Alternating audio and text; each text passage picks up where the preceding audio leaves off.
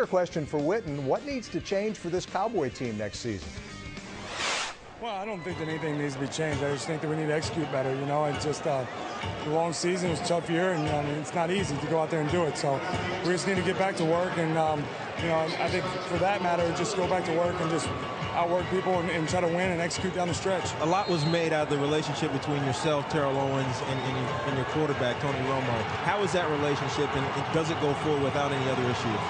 I think it does. I think it goes forward without any other issues. A lot of times it was maybe more than what it was. I think all of us are like to compete and we want to win, and that stretch we just weren't doing that. And there's high expectations in Dallas, and none higher than what we have for ourselves. So I think for all of us, we've learned a lot through this process and look forward to getting back together and trying to win some games.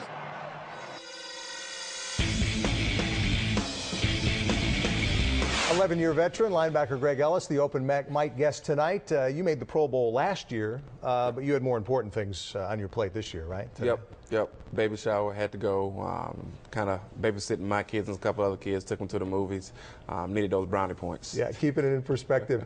A week ago on this show, we sat here, as everybody did, and talked about a Steelers franchise that won a sixth Super Bowl. Mm-hmm. From top to bottom in the organization, what do the Steelers have that the Cowboys don't right now?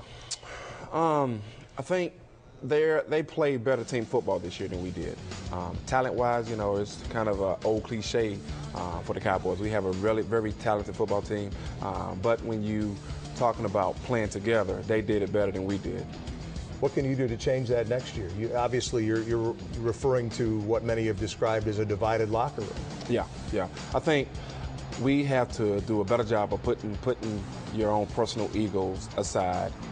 Working towards one common goal, which is, you know, Super Bowl, winning the Super Bowl. We have to do that right there, as opposed to being so concerned with just me getting mine kind of attitude. I want to ask you about this Dan Reeves mess in a moment, to the extent that you followed it, but the biggest personnel move made so far in this offseason has been the firing of defensive coordinator Brian Stewart, the guy you work closely with, obviously. Agree or disagree with that move? I disagree.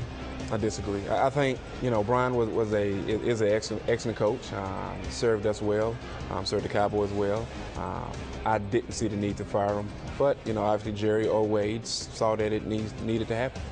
The graphic asked the question that I'll ask: was he a scapegoat, in a manner of speaking, for the problems that the defense did have this year? I'm glad somebody asked that question, because I have to say yes. I think when you go back and research it, you know, technically Stu had supposed to be in the lead of his play calling duty in the aspect of it. So when you look at it from that point of view, it's like, okay, well, if he was relieved of it, so that means he's not responsible for what happened, you know, on the defense.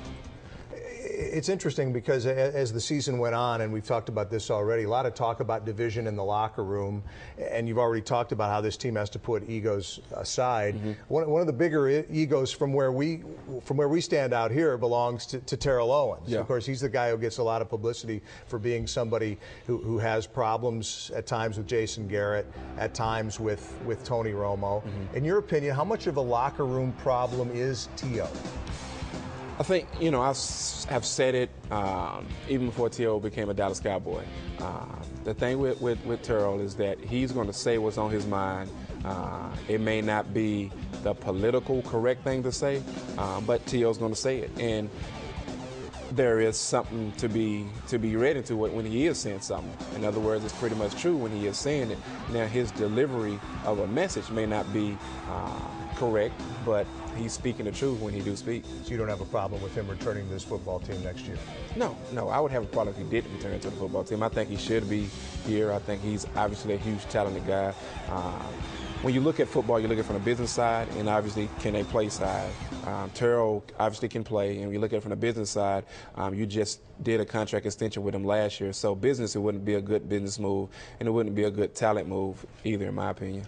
Let's get into this Dan Reeves debacle. Reeves, as you know at home, started work at Valley Ranch as an advisor to Jerry Jones and the coaching staff, but Jones and Reeves could not reach a contract agreement.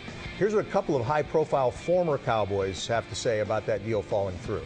With all that's going on, you got to sit back and say, come on, Jerry and Dan.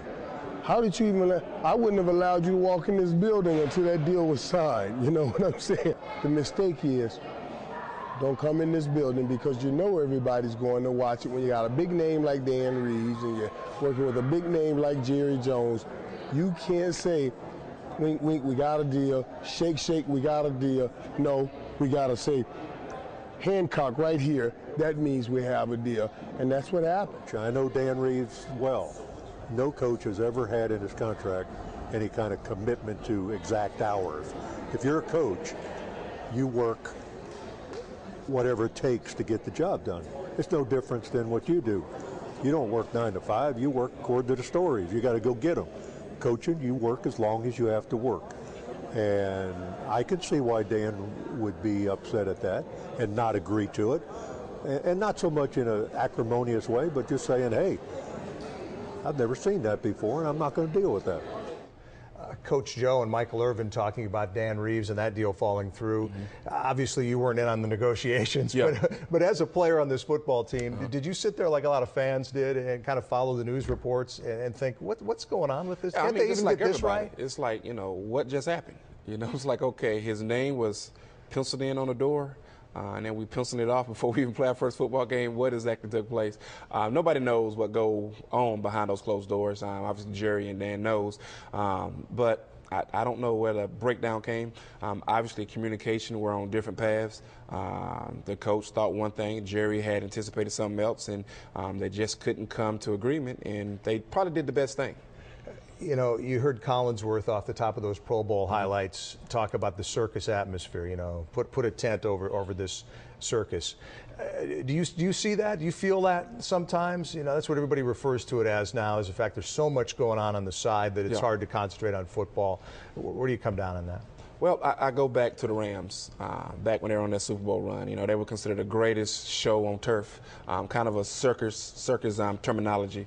So if we can become the greatest show on turf like they were, then the circus kind of thing, you want that to apply to you. But thus far, we have not got that accomplished. And this circus act, as it so have been called by so many people, hadn't been a positive thing for us. But we need to figure out a way to make it work for our good. You're entering your 12th year in the league next year. You'll be 34 when the season starts. Final year of your deal, the Cowboys will owe you more than $5 million. Do you think you'll be back on this football team next year? I don't know. I tell you this. Will I be back? I don't know. But I will be very surprised if I'm back in the same capacity, meaning I either be gone, they're going to let me go, or Jerry is going to say, well, Greg, hey, I can't pay you $5 million for 1 year service, especially when we have, first rounder in your spot. We can't do that. And the protocol for that situation would call for that, either for them to go ahead and terminate, cut or release, or you talk about restructuring. People have actually sent word to say, well, Greg needs to restructure his contract and be more cap friendly. To those people, I want to let them know I have not been approached to ask to restructure anything yet, so it's in Jerry's court. A few seconds left here. Tell me about your new business venture called Everlast Productions. What kind of services do you provide? Well, we got two phases of it. One side works on the school photography side of things. The other side works on the just traditional movie commercials. The movie commercial side of it also does studio rentals, renting the equipment out. It's set up more for the independent film guy who doesn't have a huge budget, has a budget but not a huge one, that want to get his idea, his movie on film, and that's what we're going for. EverlastTexas.com. More information on Greg's business venture there with some partners. Production House. We're going to have some quick hits with Greg Ellis coming up here in just a moment.